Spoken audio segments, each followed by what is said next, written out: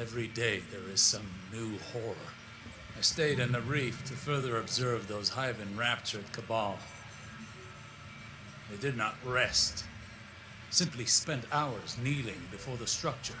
Sometimes they screamed, other times they cried, but mostly they were just silent.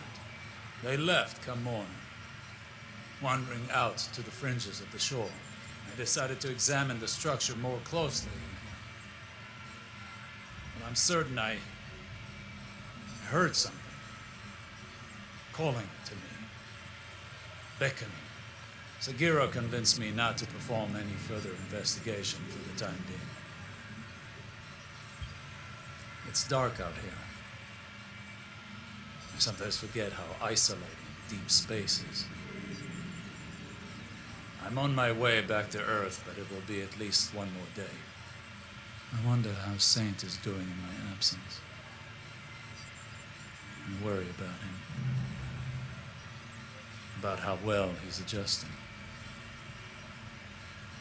How he blames himself for all this. He has such a big heart. Perhaps if we hadn't meddled with history, none of this would have happened.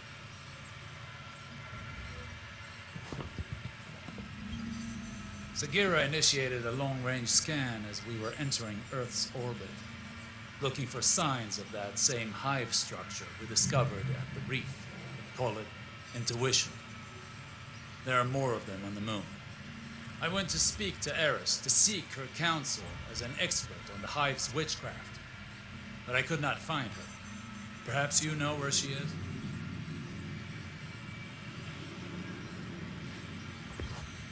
I just had the most interesting conversation with our friend Spider, back out in the reef.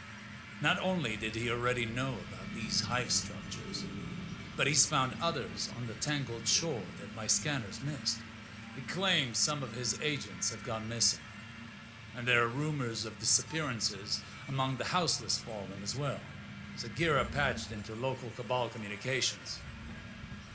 Kaido's scouts noted unsettling discoveries among the Red Legion stranded in the system. Entire encampments abandoned.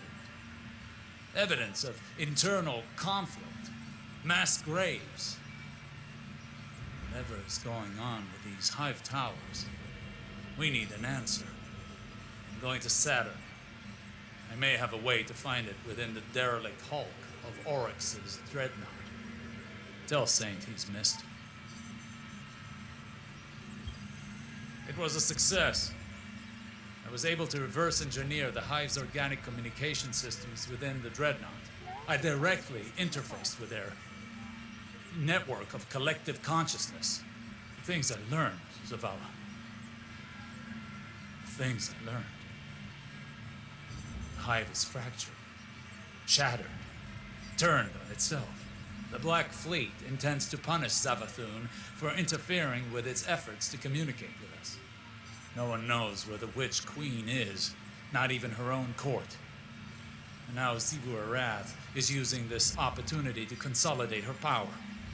I will return to the reef tomorrow to confer once more with Spider. He says he has news for me.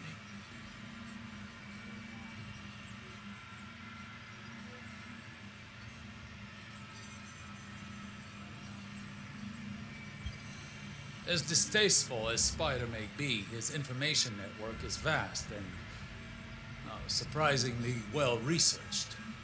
According to his people, the hive structures are called cryptoliths. They spread like the roots of a tree and bore into our dimension. No word yet on their point of origin. Spider claims to have his best men on it, but Sagira and I have our own suspicions. Zavala, I am presently en route to the moon to search for more information on the cryptoliths. Sagira and I are going to touch down and investigate. Security scans in progress.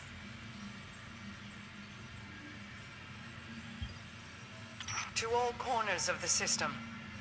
I've emptied the armories on the fringe. Sent Corsair warship fleets. Deployed harbingers. And yet, the Black Fleet persists. I know what it's taken from you. Petra, I've been away too long, and for that, I apologize. Your compassion and leadership have been a boon to me and our people. Security check. This all started with the Dreaming City. I shall return to finish it. Savathun will be waiting.